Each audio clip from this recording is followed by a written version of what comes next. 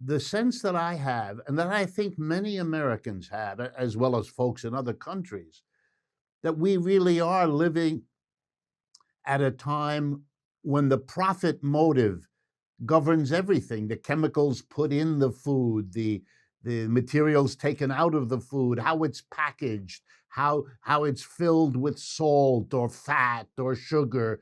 I mean, it's this endless sense, and yet at the same time that we worry about an obesity crisis, we seem immobilized from addressing the capitalist nature of the food industry, the way in which, as you said, profit for a few dominates something as fundamental as the food we put into our bodies every day.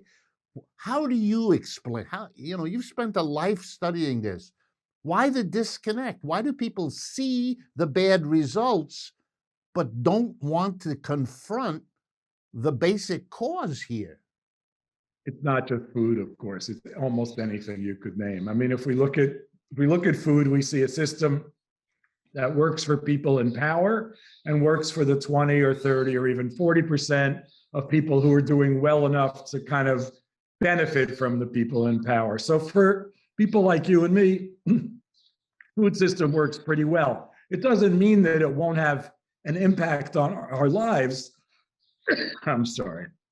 It doesn't mean that it won't have an impact on our lives, on climate, on the environment, but it works pretty well. The same is true of transportation. I mean, if you need a car to get to work and you have a car, you think the transportation system is working. If you don't have a car, then you don't think it's working. But the people who have power, most of the power to change things, have cars, eat well, do okay in the current economy, and so on. So, there's a way in which these become moral questions. To those of us who are doing okay in this world today, are we committed enough to changing things so that even though personally we're not suffering much, or in fact are thriving, are we willing to work to change a system that is obviously not to everyone's benefit and is obviously to the detriment of the world at large? Those are the kinds of questions we have to ask, I think.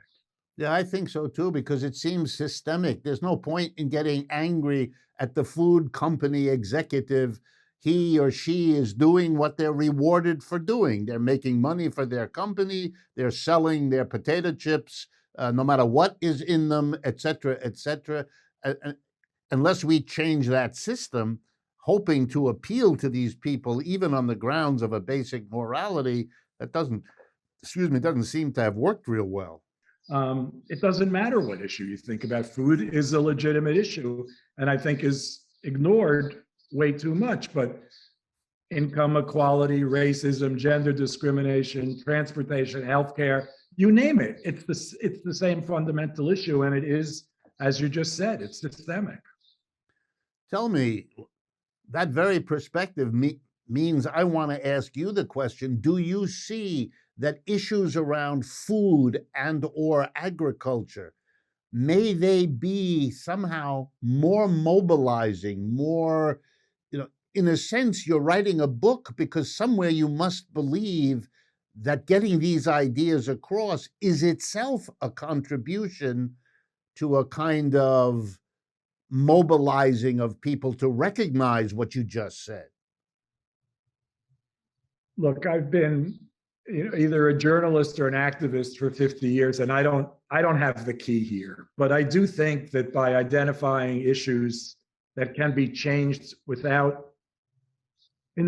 issues that can be changed in the near future, in food or in any other arena, we encourage people to continue to be active and to say, well, look, we got better pesticide controls, or we got antibiotics out of the food supply, or we limited the marketing of junk food to kids. These are all food issues.